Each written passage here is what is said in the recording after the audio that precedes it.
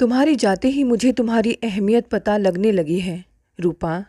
तुम्हारे बिना मैं भटकता हुआ एक मुसाफिर हूँ। न जाने क्यों मैं इस कदर अंधा हो चुका था जो तुम जैसी हीरे की कद्र नहीं कर पाया। अफसोस है मुझे खुद पर। अपने आप को आईने में देखता हूँ तो बस तुम ही तुम दिखती हो। मेरी रूपा, तुम कहाँ चली गई? क्यों मुझसे दूर चली गई? बिन कुछ कहे तुम यूं मेरा साथ छोड़कर चली गई। आखिर तुम मेरी पत्नी थी और मैं तुम्हारा पति। हमारा साथ तो 7 जन्म का था। हाँ, मानता हूँ मैं एक अच्छा पति नहीं था। बहुत सारे काम मैंने गलत किए हैं, लेकिन अब मैं खुद को बदल कर रहूँगा। बस एक मौका तुम दे दो। सुजीत आज भी बिस्तर पर सोया हुआ अपने आप से यह सब बोल रहा है। जैसे तैसे रात कटी। सुबह ऑफिस के लिए तैयार होने लगा। बिखरे किचन में एक कप चाय बनाने की कोशिश वह कर रहा है, लेकिन फ्रिज में तो दूध है ही नहीं। काली चाय से ही काम चलाना पड़ेगा। यह क्या, सिर्फ चाय एक कप में काढ़ने में ही उसका हाथ जल गया। रूपा सहसा मेरे मुंह से निकल गया, यह जानते हुए भी कि वह घर में नहीं है। आज ही क्यों, पिछले कई महीनों से नहीं है। लेकिन लगता ऐसा है कि जैसे युगों का पहाड़ खड़ा हो गया। रूपा का यूँ अचानक चले जाना मेरे लिए अप्रत्याशित था। जहाँ तक मैं समझता हूँ वह उनमें से थी जो पति के घर डोली में आने के बाद लाख जुल्म सह कर भी 4 कंधों पर जाने की तमन्ना रखती है। लेकिन मैं शायद यह भूल गया था कि औरत कभी कमज़ोर नहीं होती, होती है तो सिर्फ परिस्थितियाँ। खैर, उस वक्त मैं जो आज़ादी चाहता था वह मुझे सहज ही हासिल हो गई थी। गायत्री मेरी सेक्रेटरी थी। उसका सौंदर्य भोर में खिले फूल पर बिखरी ओस की बूंदों सा आकर्षक था। ऑफिस के कामकाज संभालती वह कब मेरे करीब आ गई पता ही नहीं चला। उसकी अदाओं और नाज नखरों में इतना सम्मोहन था कि उसके अलावा मुझे कुछ और सुहाता ही नहीं था। मेरे लिए रूपा जेठ की धूप थी तो गायत्री वसंती बयार। रूपा के जाने के बाद मेरे साथ साथ घर में भी गायत्री का एकाधिकार हो गया था। सब कुछ ठीक चल रहा था कि एक दिन अचानक पश्चिम से सुरसा की तरह मुंह बाए आई आर्थिक मंदी ने मेरी शानदार नौकरी निगल ली। इसके साथ ही मेरा बुरा वक्त शुरू हो गया। मैं जिन फूलों की खुशबू से तर रहता था वे सब एक एक कर कैक्टस में बदलने लगे। मैं इस सदमे से उबर नहीं पाया था कि गायत्री ने तोते की तरह आंखें फेर ली। उसकी गिरगिट चरित्र ने मुझे तोड़ कर रख दिया। अब मैं था, मेरे साथ थी आर्थिक तंगी में लिपटी मेरी तन्हाई और गायत्री की चकाचौंध में रूपा के साथ की जातियों का अपराध बोध। रूपा का निस्वार्थ प्रेम, भोलापन और सहज समर्पण रह रहकर मेरी आंखों में कौंधता है। सुबह जागने के साथ बेड टी, बाथरूम में गर्म पानी, डाइनिंग टेबल पर नाश्ते के साथ अखबार, ऑफिस के वक्त इस्त्री किए हुए कपड़े, पॉलिश किए जूते, व्यवस्थित ब्रीफकेस और इस बीच मुन्नी को भी संभालना। सब कुछ कितनी सहजता से कर लेती थी रूपा। इनमें से कोई भी एक काम ठीक वक्त पर नहीं कर सकता मैं।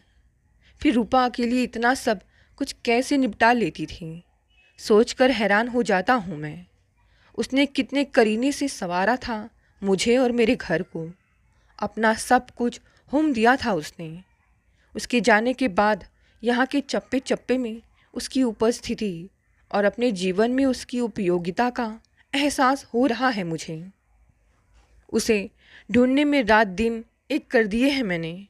हर ऐसी जगह जहाँ उसके मिलने की जरा सी भी संभावना हो सकती है मैं दौड़ता भागता रहा, पर हर जगह निराशा ही हाथ लगी।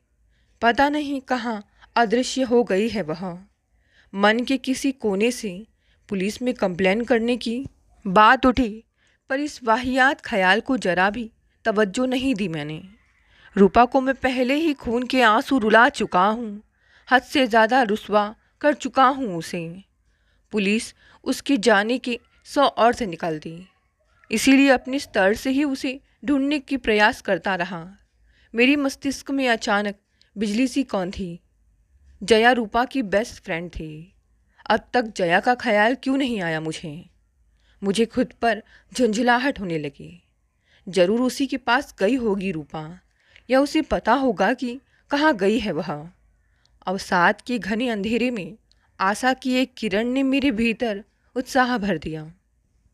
मैं जल्दी जल्दी तैयार होकर निकला। फिर भी 10 बज चुके थे। मैं सीधा जया के ऑफिस पहुंचा। मुझे अभी पता चला कि रूपा तुम्हें छोड़कर चली गई। मेरी बात सुनकर वह बेरुखी से बोली, तुम्हारे लिए तो अच्छा ही हुआ, बला टल गई। मेरे मुंह से बोलना फूटा। मैं नहीं जानती वह कहाँ है। मालूम होता तो भी हरगिज़ नहीं बताती तुम्हें। उसकी आवाज़ से नफरत टपकने लगी। जहाँ भी होगी बेचारी, चैन से तो जी लेगी। यहाँ रहती तो घुट घुट कर मर जाती। जया प्लीज़, मैंने विनती की। मुझे अपनी भूल का एहसास हो गया है। गायत्री ने मेरी आंखों में जो आड़ी तिरछी रेखाएं खींच दी थी, उनका तिलिस्म टूट चुका है। क्यों मेरा वक्त बर्बाद कर रहे हो? वह पूर्ववत बोली। बहुत काम करना है अभी। रात गहराने के साथ ठिठुरन बढ़ गई थी। ठंडी हवाएं शरीर को छेद रही थी। इनसे बेखबर मैं खुद में खोया बालकनी में बैठा था।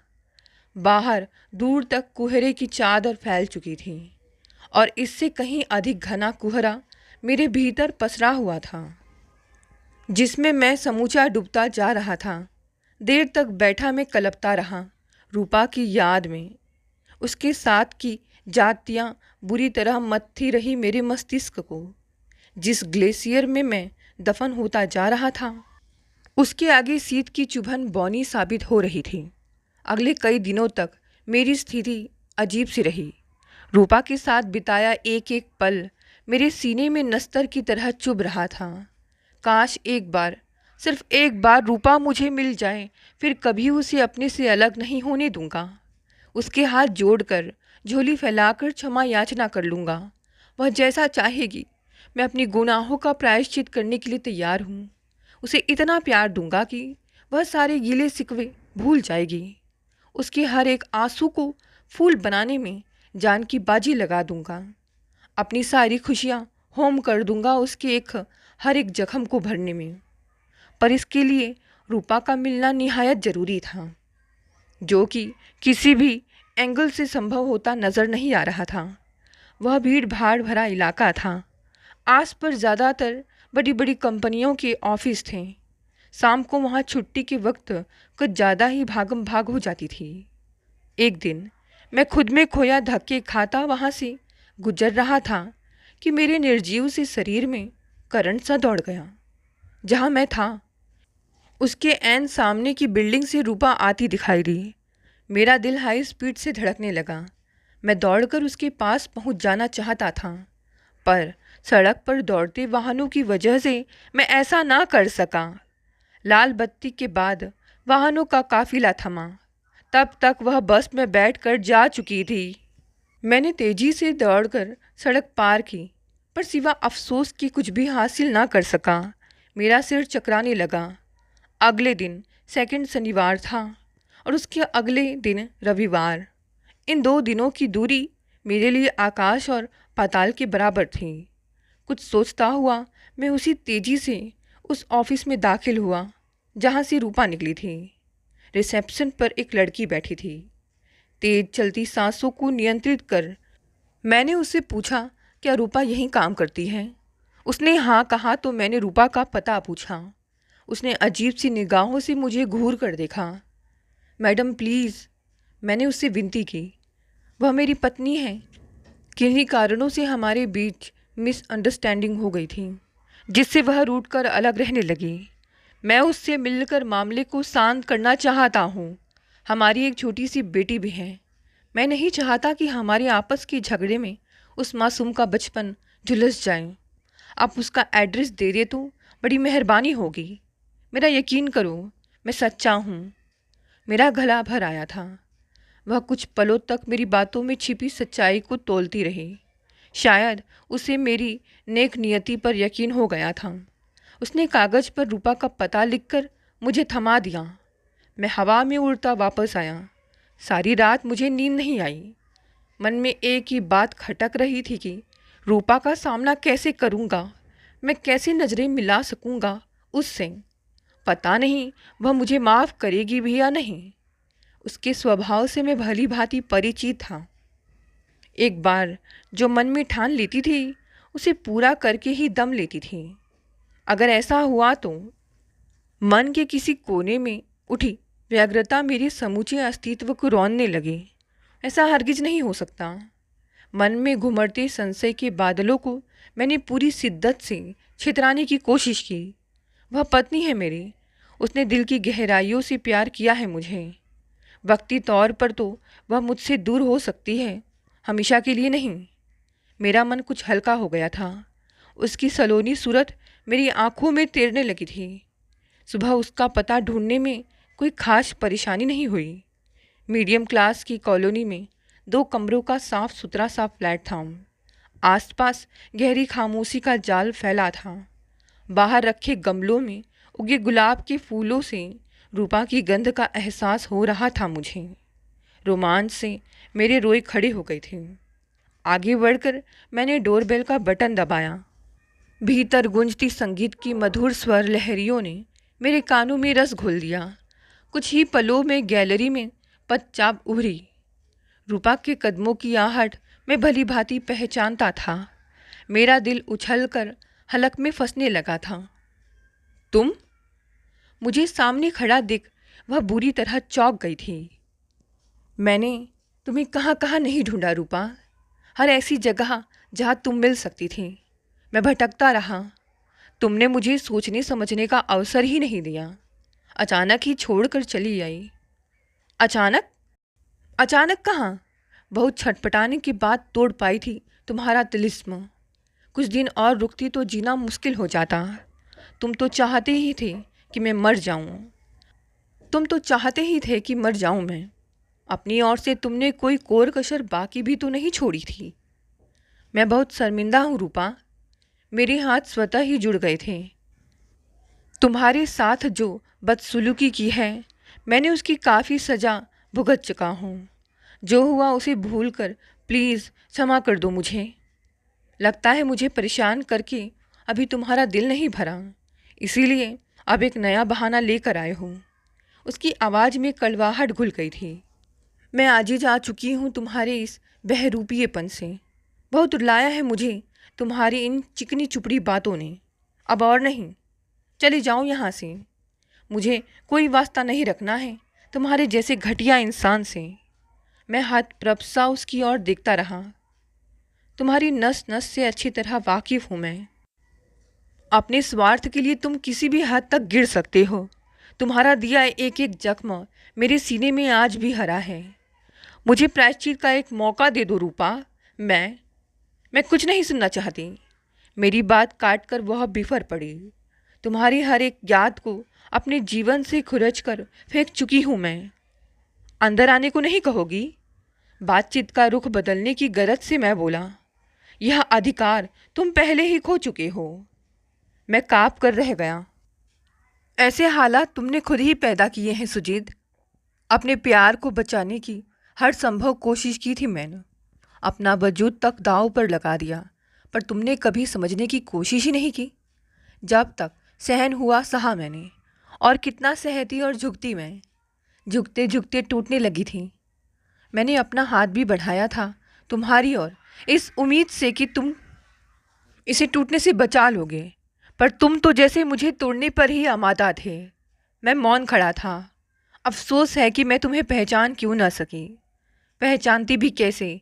तुमने शराफत का आवरण जो ओढ़ रखा था, इसी आवरण की चकाचौंध में तुम्हारे जैसा जीवन साथी पाकर खुद पर इतराने लगी थी।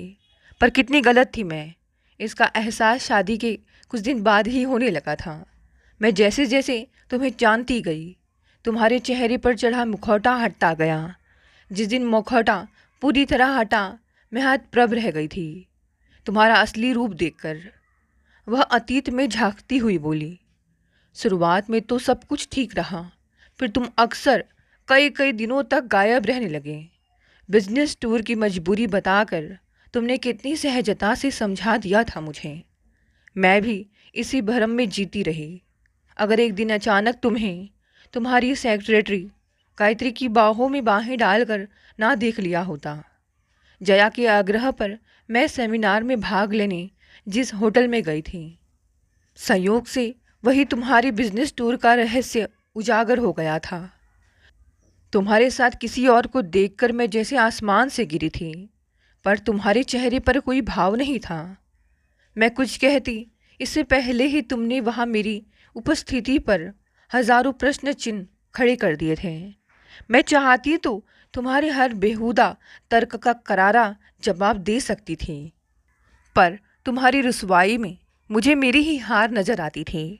मेरी खामोशी को कमजोरी समझकर तुम और भी मनमानी करने लगे थे। मैं रोती तड़पती तुम्हारे इंतज़ार में बिस्तर पर करवटें बदलती और तुम जाम छलकाते हुए दूसरों की बाहों में बंधे होते। वह गुजरा हुआ कल था जिसे मैं कब का भूल चुका हूँ। मुश्किल से बोल पाया मैं।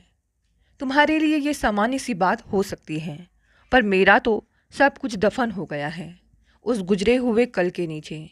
कैसे भूल जाऊं उन दंसों को जिनकी पीड़ा में आज भी सुलग रही हूं मैं। याद करो अपनी शादी की सालगिरह का वह दिन जब तुम जल्दी चले आए थे। देर रात तक तुम्हारा इंतज़ार करती रही मैं। हर आहट पर दौड़ती हुई मैं दरवाजे तक जाती थी। लगता था कहीं आस पास ही हो तुम और जानबूझकर मुझे परेशान कर रहे हो। तुम लड़खड़ाते हुए आए थे। मैं संभाल कर तुम्हें बेडरूम में ले गई थी। खाने के लिए तुमने इनकार कर दिया था। शायद गायत्री के साथ खा कर आए थे। कैसे भूल जाऊं मैं यह सब। बस करो रूपा। कानों पर हाथ रखकर मैं चित्कार कर उठा। मेरे किए गुनाह विषैल सर्प बनकर मुझे हर पल डसते रहते हैं। अब और सहन नहीं होता।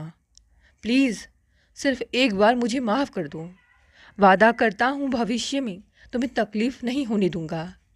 तुम पहले ही मुझे इतना छल चुके हो कि अब और गुंजाइश बाकी नहीं है। सच तो यह है कि तुम्हारे लिए मेरी अहमियत उस फूल से अधिक कभी रही ही नहीं जिसे जब चाहा मसल दिया। तुमने कभी समझने की कोशिश ही नहीं की कि बिस्तर से परे भी मेरा कोई वजूद है। मैं भी तुम्हारी तरह इंसान हूँ। मेरा शरीर भी हाड़ मांस से बना हुआ है जिसके भीतर दिल धड़कता है और जो तुम्हारी तरह ही सुख दुख का अनुभव करता है। इस बीच जया ने मेरी बहुत सहायता की, जीने की प्रेरणा दी, कदम कदम पर हौसला बढ़ाया। वह भावनात्मक संबल ना देती तो कभी की बिखर गई होती। अपना अस्तित्व बचाने के लिए मैं अपने पैरों पर खड़ी होना चाहती थी। उसने भरपूर साथ दिया। तुमने कभी नहीं चाहा कि मैं नौकरी करूं। इसके लिए तुमने हर संभव कोशिश भी की। अपने बराबर मुझे खड़ी होते देख तुम विचलित होने लगे थे। दरअसल मेरे आंसुओं से तुम्हारा अहम तुष्ट होता था। शायद इसीलिए तुम्हारी कुंठा छटपटाने लगी थी। मुझे अपने सारे जुर्म स्वीकार हैं। जो चाहे सजा दो मुझे, पर प्लीज़ अपने घर लौट चलो। मैं असहाय भाव से गिड़गिड़ाता हुआ बोला। कौन सा घर? वह आपे से बाहर हो गई। ईंट पत्थर की बेजान दीवारों से बना वह ढांचा जहाँ तुम्हारे फरमान चलते हैं। तुम्हें जो अच्छा लगता है वही होता था वहाँ। बेडरूम की लोकेशन से लेकर ड्राइंग रूम की सजावट तक सब में तुम्हारी ही मर्जी चलती थी। मुझे किस रंग की साड़ी पहननी है, किचन में कब क्या बनना है, इसका निर्णय भी तुम ही लेते थे। वह सब मुझे पसंद है या भी नहीं, इससे तुम्हें कुछ लेना देना ही नहीं था। मैं टीवी देखने बैठती तो तुम रिमोट झपट लेते। जो चीज़ मुझे पसंद थे उन्हें तुमसे चिढ़ थी। वहाँ दूर दूर तक मुझे अपना अस्तित्व कहीं भी नज़र नहीं आता था। हर और तुम पसरे हुए थे। मेरे विचार, मेरी भावनाएं, मेरा अस्तित्व सब कुछ तिरोहित हो गया था तुम्हारी विक्षिप्त कुंठाओं में। तुम्हारी हिटलर शाही की वजह से मेरी जिंदगी नर्क से भी बदतर बन गई थी। उस अंधेरी कोठरी में दम घुटता था मेरा, इसीलिए उससे दूर, बहुत दूर यहाँ आ गई हूँ। ताकि सुकून के 2 पल जी सकूं अपनी मर्जी से। अब तुम जो चाहोगी वही होगा वहाँ। तुम्हारी मर्जी के बिना एक कदम भी नहीं चलूँगा मैं। तुम्हारे आने के बाद से वह घर खंडहर हो गया है। दीवारें काट खाने को दौड़ती हैं। बेटी की किलकारियाँ सुनने को मन तरस गया है। उस खंडहर को फिर से घर बना दो रूपा। मेरा गला भर आया था। अपनी गंदी जबान से मेरी बेटी का नाम मत लो। उसकी आवाज़ से नफरत टपकने लगी। भौतिक सुख और रासायनिक प्रक्रिया मात्र से कोई बाप कहलाने का हकदार नहीं हो जाता। बहुत कुछ कुर्बान करना पड़ता है औलाद के लिए। याद करो उन लम्हों को जब मेरे गर्भवती होने पर तुम गला फाड़ फाड़ कर चीख रहे थे कि मेरे गर्भ में तुम्हारा खून नहीं, मेरे बॉस का पाप पल रहा है। तुम्हारे दिमाग में गंदगी का अंबार देखकर मैं स्तब्ध रह गई थी। कितनी आसानी से तुमने यह सब कह दिया था, पर मैं भीतर तक घायल हो गई थी तुम्हारी बकवास सुनकर। जी तो चाहा था कि तुम्हारी जबान खींच लूँ, पर संस्कारों ने हाथ जकड़ लिए थे मेरे। तुम बच्चा नहीं चाहते थे। अपनी बात मनवाने के लिए जुल्मो जोर का हथकंडा भी अपनाया, पर मैं अपने अंश को जन्म देने के लिए दृढ़ संकल्प थी। प्रसव कक्ष में मैं मौत से संघर्ष कर रही थी और तुम गायत्री के साथ गुलछर्रे उड़ा रहे थे। एक बार भी देखने नहीं आए कि मैं किस स्थिति में हूँ। तुम तो चाहते ही थे कि मैं मर जाऊँ ताकि तुम्हारा रास्ता साफ हो जाए। इस मुश्किल घड़ी में जया साथ ना देती तो मर ही जाती मैं। आंखों में आंसू लिए मैं अपराधी की भांति सिर झुकाए उसकी बात सुनता रहा। मुझे परेशान करने के तुमने नए नए तरीके खोज लिए थे। तुम मेरी तुलना अक्सर गायत्री से करते थे। तुम्हारी निगाह में मेरा चेहरा, मेकअप लगाने का तरीका, हेयर स्टाइल, पहनावा और फिगर सब कुछ उसके आगे बेहूदे थे। मेरी हर बात में नुक्स निकालना तुम्हारी आदत में शामिल हो गया था। नॉनसेंस, पागल, बेअकल, गवार, तुम्हारे मुंह से निकले ऐसे ही जाने कितने शब्द तीर बनकर मेरे दिल के पार हो जाते थे। मैं छटपटा कर रह जाती थी। भीतर ही भीतर सुलगती रहती थी तुम्हारे शब्दालंकारों की अग्नि में। इतनी ही बुरी लगती हूँ तो शादी क्यों की थी मुझसे? मेरे इस प्रश्न पर तुम तिलमिला कर रह जाते थे। उकता गई थी मैं उस जीवन से। ऐसा लगता था जैसे किसी ने अंधेरी कोठरी में बंद कर दिया हो। मेरी रग रग में विषैल बिच्छुओं के डंक चुभने लगे थे। जहर घुल गया था मेरे लहू में। सांस घुटने लगी थी मेरी। उस दमघोटू माहौल में मैं अपनी बेटी का जीवन अभिशप्त नहीं कर सकती। उपेक्षा के जो दंश मैंने झेले हैं, उसकी छाया मुन्नी पर हरगिज नहीं पड़ने दूंगी। बेहतर है तुम खुद ही चले जाओ, वरना तुम जैसे बेगरत इंसान को धक्के मार कर बाहर का रास्ता दिखाना भी मुझे अच्छी तरह आता है। एक बात और समझ लो, कोर्ट के अलावा कहीं और तुम्हारी शक्ल देखना पसंद नहीं करूँगी। मेरी ओर उंगली तान कर वह शेरनी की तरह गुर्राई। भविष्य में भूल कर भी इधर का रुख किया तो बाकी बची जिंदगी जेल में सड़ जाएगी। मेरी ओर देखे बिना उसने अंदर जाकर इस तरह दरवाज़ा बंद कर दिया जैसे मेरे मुंह पर तमाचा मारा हो। मैं कई पलों तक पत्थर सा खड़ा रहा। इंसान के गुनाह साई की तरह उसका पीछा करते रहते हैं। लाख कोशिशों के बाद भी वह परिणाम भुगते बगैर उनसे मुक्त नहीं हो सकता। कल मैंने जिसका मूल नहीं समझा, आज मैं उसके लिए मूल्यहीन था। ये दुनिया कुएं की तरह है। जैसी आवाज़ दोगे वैसी ही प्रतिध्वनि सुनाई देगी। जो जैसे बीज बोता है वैसे ही फसल काटना उसकी नियति बन जाती है। तन्हाई की स्याह सुरंगों की कल्पना कर मेरी आंखों में मुर्दनी छाने लगी। आवारा बादल सा मैं खुद को घसीटता अनजानी राह पर चल दिया। टूटते भटकते जैसे भी हो, अब सारा जीवन मुझे अपने गुनाहों का प्रायश्चित करना था। दोस्तों, कहानी यहीं समाप्त हो गई। पसंद आई तो इसे लाइक, शेयर, कमेंट करें। नए हैं तो चैनल को भी सब्सक्राइब कर लें। धन्यवाद दोस्तों, मिलते हैं अगली नई कहानी से।